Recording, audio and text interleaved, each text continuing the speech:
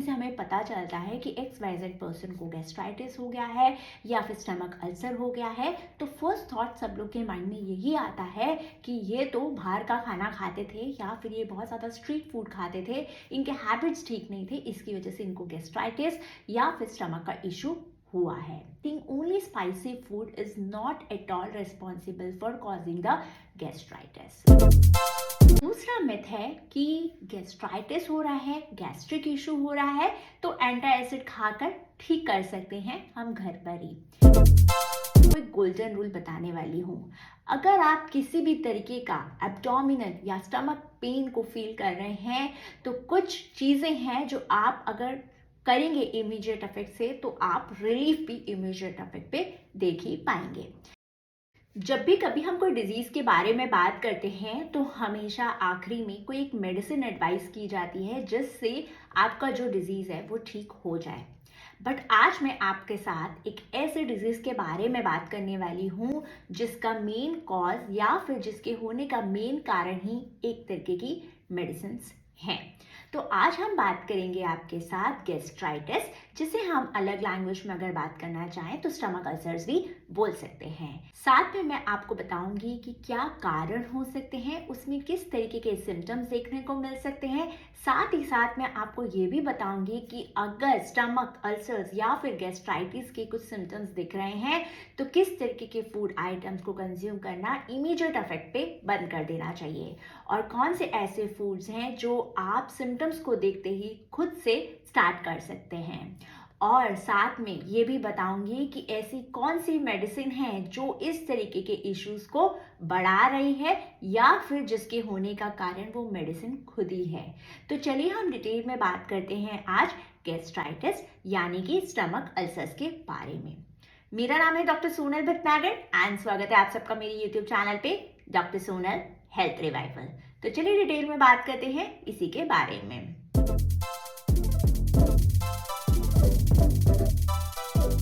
सबसे पहले जानना जरूरी है कि गैस्ट्राइटिस होता क्या है। गैस्ट्राइटिस को अगर हम 2 पार्ट्स में ब्रेक करें तो वो होता है गैस प्लस आइटिस। कोई भी डिजीज के पीछे अगर टिस आइटिस जैसा कुछ लग जाए तो वो बताता है कि ये एक तरीके की इन्फ्लेमेशन है उस पर्टिकुलर एरिया की।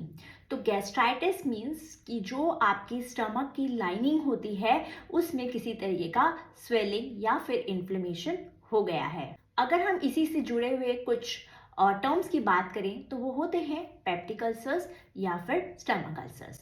स्टमक अल्सर की अगर स्पेसिफिकली बात करें तो इसका मतलब है कि अल्सर का फॉर्मेशन हो चुका है स्टमक के अंदर। और अगर जब मैं बात करती हूँ पेप्टिक अल्सर के बारे में तो ये है कॉम्बिनेशन ऑफ 3 थिंग्स।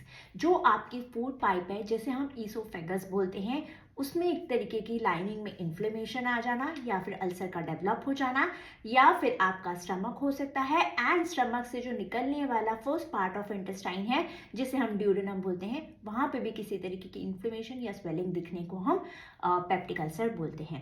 जब ये 3 चीज़ों का कॉम्बिनेशन या इनमें से कोई भी एरिया का कुछ पार्ट भी इन्वॉल्व होता है तो इस तरीके के अल्सर्स को हम पेप्टिक अल्सर्स बोलते हैं। अब मैंने आपको स्टार्टिंग में बताया कि जब भी गैस्ट्राइटिस या किसी भी तरीके के अल्सर्स का फॉर्मेशन होता है तो उसमें मेडिसिन बहुत बड़ा रोल प्ले करती है।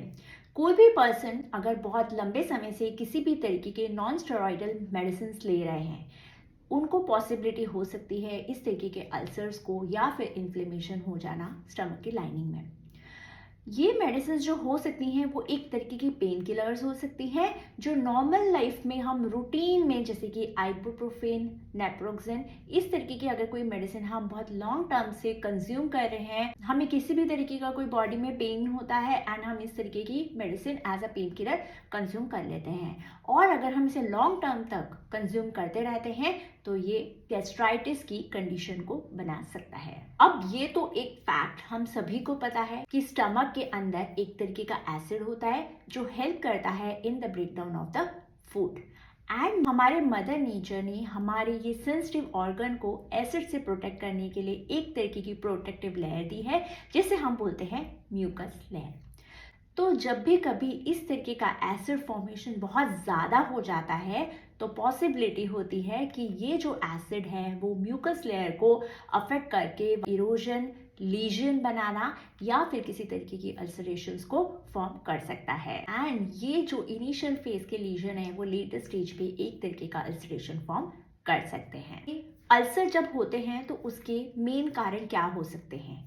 जैसा मैंने आपको ऑलरेडी बता ही दिया है कि मेडिसिन एक बहुत बड़ा कारण हो सकता है। दूसरा कारण हो सकता है स्ट्रेस। जी हाँ, स्ट्रेस हार्मोन यानी कि जब कॉर्टिसोल हार्मोन्स हमारे बॉडी में बहुत ज़्यादा बढ़ने लगते हैं तो पॉसिबिलिटी होती है कि जो आपके बॉडी में या फिर स्टमक में चेंजेस हो रहे हैं या फिर किसी भी तरीके का जो इन्फ्लेमेशन हुआ है स्टमक एरिया में वो जो है बढ़ सकता है और क्रॉनिक सिचुएशन में लेकर जा सकता है। साथ ही साथ एक तरीके के बैक्टीरियाज होते हैं जिसे हम बोलते हैं H pylori bacteria, helicobacter pylori bacteria.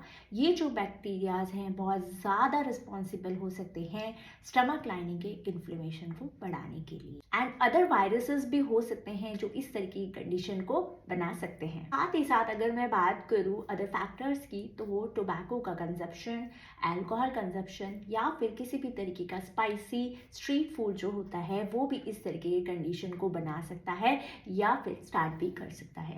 And सबसे ज़्यादा जानने वाली ये बात है कि जब ये अल्सर बहुत ज़्यादा सीवियर सिचुएशन में चले जाते हैं तो पॉसिबिलिटी होती है कि उनमें से जो ब्लड है वो भी ऊज आउट होने लगे। इस टाइम पर हमें मेडिकल इंटरवेंशन की ज़रूरत पड़ सकती है। अब कैसे पता लगाया जाए कि गैस्ट्राइटिस ही है कि नहीं? तो कुछ तरीके के सिम्टम्स अगर आप देख रहे हो, जिस तरीके का severe type of abdominal pain जो कंटिन्यूस नहीं होकर कभी कभी बीच बीच में उठता है, बीच बीच में आपको पेन होता है एब्डोमिनल एरिया में। दूसरा हो सकता है नॉजिया एंड वॉमिटिंग का इशू, इनडाइजेशन का या फिर गैस्ट्रिक इश्यूज जो है वो लगातार बना रहता है, ब्लॉटिंग आप फील कर सकते हैं या फिर ऐसा हो सकता है कि कुछ भूख न लगे, कुछ भी खाने का मन ना करे, क्योंकि जो अंदर में ऑलरेडी जो फूड है वो अच्छे से डाइजेस्ट ही नहीं हो पा रहा है तो आपको फर्दर फूड इंटेक करने का मन भी नहीं करेगा। अगर आप इन्हीं सब इश्यूज को फेस कर रहे हैं तो आपको एक थॉट देना चाहिए और आपको जो मैंने पॉजिटिव फैक्टर्स बताए वो भी देखने चाहिए कि उनमें से कहीं ना कहीं आप किसी से लिंक तो नहीं है। अब मैं आपको बताने वाली हूँ कुछ ऐसे मिथ के बारे में जो हमने अपने माइंड में सेट कर लिए हैं related to the ulceration in the stomach या फिर हम गैस्ट्राइटिस भी बोल सकते हैं। जब भी कभी कोई डॉक्टर या फिर कहीं से हमें पता चलता है कि XYZ पर्सन को गैस्ट्राइटिस हो गया है या फिर स्टमक अल्सर हो गया है तो फर्स्ट थॉट सब लोग के माइंड में यही आता है कि ये तो बाहर का खाना खाते थे या फिर ये बहुत ज़्यादा स्ट्रीट फूड खाते थे, इनके हैबिट्स ठीक नहीं थे, इसकी वजह से इनको गैस्ट्राइटिस या फिर स्टमक का इशू हुआ है। तो सबसे पहले हमें ये जानना ज़रूरी है कि eating only spicy food is not at all responsible for causing the gastritis. जी हाँ, बहुत सारे अदर फैक्टर्स होते हैं जो गैस्ट्राइटिस को क्रिएट करते हैं। तो बाहर का खाना मतलब ये नहीं है कि आपको गैस्ट्राइटिस उसी की वजह से हुआ है। दूसरा मिथ है कि गैस्ट्राइटिस हो रहा है, गैस्ट्रिक इशू हो रहा है तो एंटी एसिड खाकर ठीक कर सकते हैं हम घर पर ही। तो आप सबको ये जानना ज़रूरी है कि जो एंटा एसिड होता है जो वर्क करता है अगेंस्ट द एसिड वो टेम्परेरी टाइम के लिए एक तरीके की राहत दे पाता है। साथ में हमको ये जानना ज़रूरी है कि जो गैस्ट्राइटिस या फिर हमारा जो भी अल्सरेशन फॉर्म हो गया है वो बेसिक मेडिसिन एंटी एसिड को खाकर ठीक नहीं होगा। आपको आपकी लाइफ में dietary changes and lifestyle modification तो करने ही होंगे। अब मैं आपको बताने वाली हूँ कि अगर आपने इस तरीके के ऐसे ही सिम्टम्स देखे हैं तो ऐसे कौन से फूड आइटम्स हैं जो आपको इमीडिएट इफेक्ट पे खाने छोड़ देने चाहिए। द फर्स्ट वन इज किसी भी तरीके का एसिडिक फूड। एसिडिक फूड में कोई भी बेवरेजेस आ सकती है, सोडा आ सकता है, किसी तरीके का कार्बोनेटेड ड्रिंक आ सकता है, अल्कोहल आ सकती है। तो जो भी ड्रिंक्स में कोई भी किसी भी तरीके का एसिडिक फॉर्म हो वो आपको कंज्यूम करना बंद कर देना है, क्योंकि अगर आपने एसिड वाले चीज़ को कंज्यूम किया तो जो ऑलरेडी पड़ा हुआ आपके स्टमक का एसिड है वो बढ़ जाएगा और जो प्रॉब्लम है वो बहुत ज़्यादा बढ़ सकती है। तो एसिड रिलेटेड फूड आइटम्स को आपको खाना इमीडिएट इफेक्ट पे बंद कर देना है। फिर क्वेश्चन ये आता है कि क्या एसिडिक फ्रूट्स एंड वेजिटेबल्स भी नहीं खा सकते? जी हाँ, अगर कोई fruits and vegetable acidic nature के हैं यानी उनका पीएच लेवल बहुत कम है तो ऐसे फूड आइटम्स को आपको नहीं खाना है। अब एसिडिक फ्रूट्स मीन्स क्या? कोई भी किसी भी तरीके का सिट्रस फ्रूट जैसे कि ऑरेंजेस हो गए, लेमन हो गया या कोई भी सिट्रस फ्रूट आपको ध्यान देना है कि जितना हो सके ना खाएं। साथ ही साथ एसिडिक वेजिटेबल्स जो होती हैं उसका कंजप्शन भी बंद कर देना है, जिसका एग्जाम्पल हो सकता है अनियन। जी हाँ, अनियन एक तरीके का एसिडिक वेजिटेबल है जिसका कंजप्शन करना जितना हो सके ना के बराबर ही हो अगर आपको ये इस तरीके के सिम्टम्स दिख रहे हैं तो। इसके साथ इस चीज़ का भी ध्यान देना ज़रूरी है कि किसी भी तरीके का packed and process food item का कंजप्शन ना करें, क्योंकि वो इस तरीके के इमल्सिफायर स्टेबलाइजर्स को डाल के बनाया जाता है जो आपके अल्सर्स या फिर गैस्ट्रिक इश्यूज को बढ़ा सकती है। साथ में आप ध्यान दीजिए कि जितना हो सके आपको refined form of grains and flower का कंजप्शन नहीं करना है। एग अगर खाना चाहते हैं तो आप एग को फ्राइड फॉर्म में ना कंज्यूम करें। इवन मैं तो ये कहूँगी कि कोई भी आइटम्स को आप फ्राइड फॉर्म में जितना हो सकता है अवॉइड ही करें। जी हाँ, बहुत बार ऐसा होता है कि जो हम प्रोसेस्ड फूड आइटम्स हैं उनको खाना बंद कर देते हैं ये इस तरीके की एडवाइस को सुनने के बाद, या फिर कोई भी आपके हेल्थ केयर प्रोफेशनल या फिर आपके जो न्यूट्रिशनिस्ट हैं अगर इस तरीके की कुछ भी इंफॉर्मेशन आपको प्रोवाइड करते हैं तो आप जो भी है प्रोसेस्ड फूड आइटम्स या बाहर का स्पाइसी फूड आइटम्स को खाना बंद कर देते हैं। बट कहीं ना कहीं हम ये भूल जाते हैं कि pickle, even the homemade pickle या फिर आजकल जो भी फैंसी टाइप ऑफ सॉसेस हैं जिसमें मेयोनी सॉस हो सकती है, साल्सा सॉस हो सकती है, जो भी अगर सॉसेस होती हैं अगर इसका कंजप्शन भी हम करते रहते हैं तो कहीं ना कहीं हम हमारे बॉडी में होने वाले अल्सर्स या फिर गैस्ट्रिक इश्यूज को बहुत ज़्यादा बढ़ा रहे हैं। तो आपको इन सब चीज़ों का भी इमीडिएट इफेक्ट पे स्टॉप करना चाहिए। अब हो गई हर्ब्स के बारे में बात। हर्ब्स के बारे में मैं आपको इसलिए बताना चाहूँगी कि अगर आप इस तरीके के कोई भी सिम्टम्स को देख रहे हैं तो कुछ ऐसे स्पाइसेस एंड हर्ब्स हैं जिसका इनटेक या फिर अगर आप कुछ भी कुकिंग कर रहे हैं उसमें जितना हो सके इन सब फूड आइटम को कम से कम ही डालिए। The first one is the chilli powder. जी हाँ, चिली पाउडर एक तरीके का स्पाइसी फूड आइटम है जो आपकी बॉडी की जो लाइनिंग है अगर उसको कांटेक्ट में आता है तो उस लाइनिंग को बहुत ज़्यादा एग्जैजरेट कर सकता है। तो जो चिली पाउडर है या फिर चिली का कोई भी फॉर्म अगर आपके स्टमक अल्सर्स में टच होता है, जाके उसके साथ इंटरेक्ट होता है तो वो उस इन्फ्लेमेशन या उस तरीके की स्वेलिंग को और भी ज़्यादा बढ़ा सकता है। उसके साथ दूसरे स्पाइसेस हो सकते हैं black pepper, mustard, red pepper etcetera. तो इन तरीके के स्पाइसेस एंड हर्ब्स को भी जितना हो सके अवॉइड ही करिए। ये तो बात हो गई कि ऐसे कौन से फूड आइटम्स है जो हमें इमीडिएट इफेक्ट पे जिनका कंजप्शन हम घर पे ही कम कर सकते हैं। कोई भी अपने हेल्थ केयर या न्यूट्रिशनिस्ट की एडवाइस नहीं ली है और हम अगर बेसिक मेंशन सिम्टम्स को देख रहे हैं तो ये सारे फूड आइटम्स को इमीडिएट इफेक्ट पे कम कर दीजिए और देखिए कि क्या आपको फायदा हो रहा है। बताऊंगी ऐसे फूड आइटम्स के बारे में जिनका कंजप्शन आपको इमीडिएट इफेक्ट से स्टार्ट कर देना चाहिए अगर आप इन सिम्टम्स को देख रहे हैं तो। जो फर्स्ट चेंज आपको करना है वो ये है कि अगर आपके घर में कोई वेजिटेबल्स बन रही है तो आपको ट्राई करना है जितना हो सके लो एसिडिक फॉर्म की वेजिटेबल्स ही आप कंज्यूम करें, जिसके एग्जाम्पल हो सकते हैं वाइट पोटैटो, पम्पकिन, कैरेट्स या फिर आप सैलेड में क्यूकम्बर या कोई भी ऐसे वेजिटेबल्स को कंज्यूम कर सकते हैं जिसके अंदर वाटर कंटेंट बहुत ज़्यादा होता है, क्योंकि वाटर न्यूट्रलाइज कर सकता है या कम कर सकता है आपके बॉडी में एसिड फॉर्मेशन को। तो जितना हो सके आपको लो एसिडिक वेजिटेबल्स का कंज्यूम करना है। साथ ही साथ आप हाई फाइबर के जो ग्रेन्स एंड फ्लावर हैं उनका कंजप्शन बढ़ा सकते हैं, जिसके एग्जाम्पल हो सकते हैं ओट्स, बार्ले एक्सेट्रा। साथ ही साथ आप आपके डाइट में बीन्स एंड लेग्यूम्स का कंजप्शन भी बढ़ा सकते हैं। अगर आप एग को कंज्यूम करना चाहते हैं तो ध्यान दीजिए कि वो फ्राइड वर्जन में ना हो और जितना हो सके boiled and oil free part में ही आप एग को कंज्यूम करें।